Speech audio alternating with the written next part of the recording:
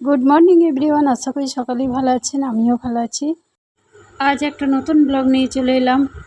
আমাদের এই পেয়ারা গাছটায় 12 মাসই পেয়ারা ধরে থাকে আর খুব সুন্দর খেতে, মিষ্টিও খুব। আজকে আমি এখন রান্না করছি ওলের ডালনা। আমি প্রথমে আলু আর ওল সেদ্ধ করে নিয়েছিলাম, হালকা করে জলটা ফেলে দিয়েছিলাম, তারপর আবার ভালো করে ভেজে তারপরে আবার সেদ্ধ করতে দিয়েছি।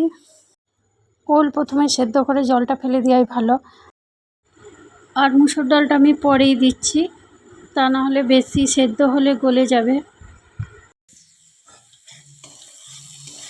অনেকেই একেবারে ভেজে মশলা কষিয়ে বসিয়ে দেয়, আর এই রকমও করা যায়, যে যেমন খুশি করতে পারো। এক একটা রান্না অনেক রকম করেই করা যায়। এই রান্নাটা একটু ঝামেলা হবে কিন্তু খুব টেস্টি হয়। আমি এখন মশলাটা কষিয়ে নিচ্ছি। ওল আলু ভেজে রেখে আমি সেদ্ধ করে দিয়েছিলাম, একসাথে ডাল সব আমি মিক্সড করে দিচ্ছি। এটা আমাকে আর ভাজতে হলো না, সেদ্ধও আছে, তাড়াতাড়ি হয়ে যাবে। 1 চামচের মতো চিনি দিয়ে দেবেন, আর যেমন ঝাল খেতে চাইবেন টেস্ট মতো সেই রকম ঝাল দিয়ে দেবেন। ওলের অনেক কিছু রেসিপি বানানো যায়, যেমন ওলের ডালনা, ওলের পিঠে, আবার শুধু ওল আর আলু দিয়েও তরকারি করা যায়, ওলের ভর্তা বানানো যায়, অনেক কিছুই হয়। প্রত্যেক দিন একঘেয়েমি খাবার, তাই এক দিন একটু অন্যরকম করে বানিয়ে দিই। খেতেও খুব টেস্টি হয়, খুব ভালো লাগে।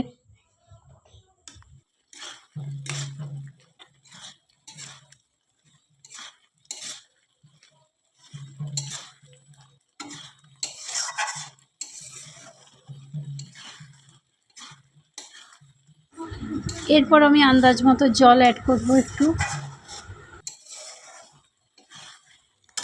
এখন আমি একটু ঘি আর গরম মশলা দিয়ে দিচ্ছি। এই ওলের রেসিপিটা অনেকেই পেঁয়াজ রসুন দিয়ে বানায়। যেদিন নিরামিষ খাবার করবে সেই দিন এটা মুগ ডাল দিয়ে করলেও হবে। এই রেসিপিটা গরম ভাতে দারুণ লাগে, আর রুটি দিয়েও খেতে পারো। এই রেসিপিটা যারা কোনো দিন খাওনি একবার ট্রাই করে দেখতে পারো বাড়িতে।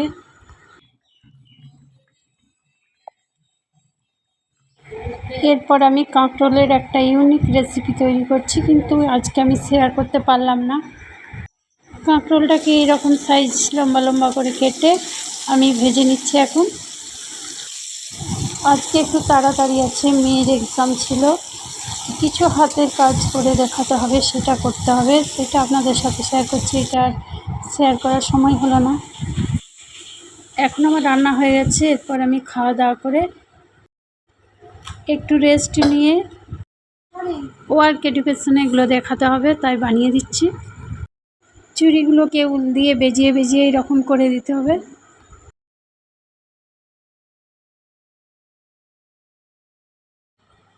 তারপর চুমকি বসিয়ে দিচ্ছি। এগুলো করতে অনেক টাইম লাগে। আমি আর অনন্যা দুজন মিলেই এটা করে দিচ্ছি তাড়াতাড়ি করে। এই যে আমি 3টে সোলার চেন ঝুলিয়ে দিচ্ছি, এগুলো পুঁথি দিয়ে করলেও হবে। ভাবছিলাম কি করে দেব, হাতের কাছে চুড়ি সবই ছিল, উল, তাই তাড়াতাড়ি করে এটাই বানিয়ে দিলাম। এই হ্যাঙ্গিংটা কেমন হয়েছে বলবে সবাই একটু। আজকে আবার টিফিন বানাচ্ছি নুডলস। আজকে অনন্যার অঙ্কিতাই বানাচ্ছে, কীরকম করে দেখি।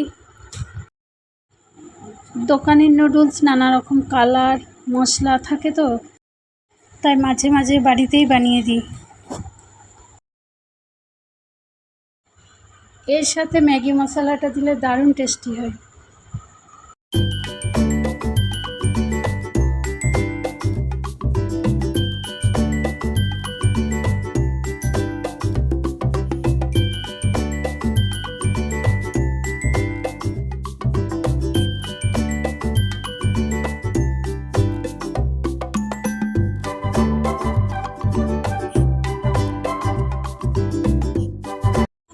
এখন রেডি হয়ে গেছে। আমি একটু টেস্ট করে দেখলাম, খুব ভালো বানিয়েছে, দারুণ। এই পর্যন্ত ভিডিওটা করলাম। সবাই ভালো থেকো, সুস্থ থেকো, টাটা।